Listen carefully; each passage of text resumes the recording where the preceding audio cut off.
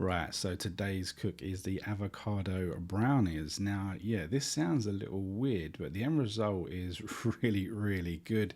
It's egg free, it has no butter, it's flour free, so it's all that goodness. But because it doesn't have eggs, because it doesn't have flour, it's pretty impossible to undercook or overcook. So you're going to get something that's edible at the end of the day, which is really, really cool. So this is the shopping list you need. Number of ingredients. Okay, so obviously the main star of the show is the avocado. That's kind of like your fat, but we're going to be using bananas as well. So you've got that. We're using oats, which is obviously going to give you like that's like the replacement for the flour. Okay, we're going to be using baking powder. We're going to be using cocoa. We're using peanut butter. Now I've used crunchy here, but I usually prefer smooth, but I didn't have smooth in the cupboard. We're using some sugar. You could alternatively use maple syrup if you wanted to, but you know maple syrup is pretty pricey, so we use a bit of light brown sugar, some salt, some vanilla extract, and I'm using this coconut milk drink. It's like basically like an alternative to milk, and then we've got chocolate chunks, buttons. Can't think of what the word is. You know what I'm talking about. So let's just put this together. So I'm doing this in the blender. We're going to use our avocado and we're just going to squash it in. We're not going to muck about and potentially slice our hands in half with the knife. We're just going to squash it in. Then we're going to throw in the 2 bananas that we're utilizing here today. You want to use ones that are nice and ripe, because you're going to get much better flavor. Okay, so they're going into the blender. We're then going to add a whole cup of oats. Okay, 1 cup of oats that goes into the blender as well. Then we're going to follow that up with the baking powder. You know, this is going to be our like semi-raisin agent. So we'll just use, what do we go for? We went for a teaspoon and a half of the baking powder. Then we've got the peanut butter. Oh no, what have we gone for? We've gone for the cocoa powder because we need the chocolate flavor. We need the chocolate flavor. So what have we gone for? 1, 2, 3, 4. I mean, this is the beauty of this because, you know, baking's a strict science. Oh, we've gone for more. Okay, 6, I guess, right? It's a bit of a strict science. You can mess it up really easy, but this, because this is not using flour, not using eggs, you can't really mess it up. Okay, so all of that, you know, science goes right out the window. So here we've got the peanut butter. As I said, we got chunky here because this is what was in the cupboard, and I wasn't going to go to the shop just to get smooth. But when I've made this in the past, I've always used smooth. Okay, and when I've done variations of this recipe. So now we've got the sugar, so we've gone for, this is a tablespoon, so two heaped tablespoons. And that was enough. That was enough, you know, because there's a lot of flavour going on here.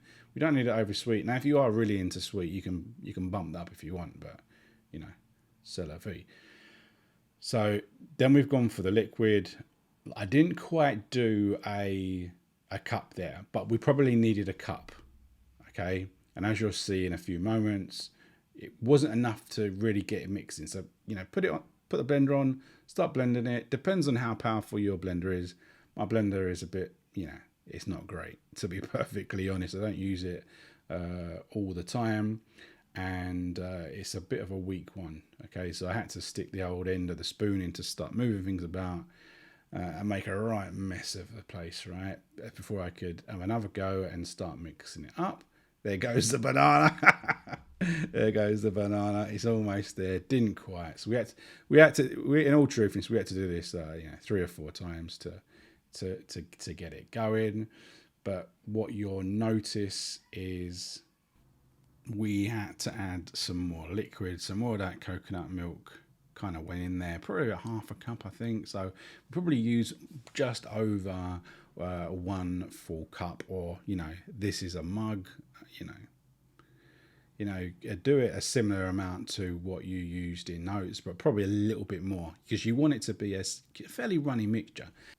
So you're going to need to grab yourself a baking tin, a cake tin. This is a 9-inch square one. And as you'll see, it's really the right dimensions for what we have created. Okay, so you're going to want to grease this bad boy up and then put in a little bit of baking parchment. Now I didn't realize I had basically no baking parchment left apart from a little bit of scrap, and I wasn't going to go out and get some more, so I just threw one bit of piece across the middle. And to be fair, as you'll see in a moment or two, kind of worked out fine. You know, this mixture didn't really stick, particularly as you're not intending to, you know, really bake this too much. Okay, so once you've leveled that off in the pan, you're going to cover this in your chocolate chips. That was the word I was looking for just a few moments ago, not buttons or chunks. Chocolate chips. So pour them over. You could push these in a little bit if you wanted to add that. I just did them on the top, and then I licked a bit of the mix. And because it's no egg, no flour, fill your boots, mate. Fill your boots. Okay. So this obviously goes in the oven about 180. You want to cook it for somewhere between 15 and 25 minutes until, you know, a pit goes in fine. But you, as I say, you can't really undercook it or overcook it. But I probably cook this a little bit too much because I cooked it for about 22 minutes and I could have done it for a lot less. Now, once it's out of the oven, leave it for 5 minutes, okay, to cool down inside your cake pan, and then pull it out. See how easy that came out? Didn't have to do anything, right? And then you're going to put it on your, you know, your cooling rack and leave it there to cool down. Now, once it's cooled down, you want to transfer it to the fridge. So put it in a box, airtight box, and just leave that to get nice and cool, because once it's cool, it's actually going to get more fudgy.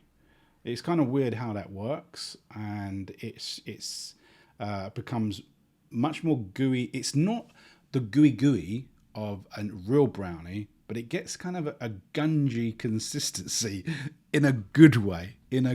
Trust me, right? But as I said, I probably cook this a little bit over, but it still ended up being pretty good. You can see this was the next day, and you know, once you taste this, you know, this tastes like a brownie. You know, it's not exactly the same because it don't have eggs, doesn't have flour.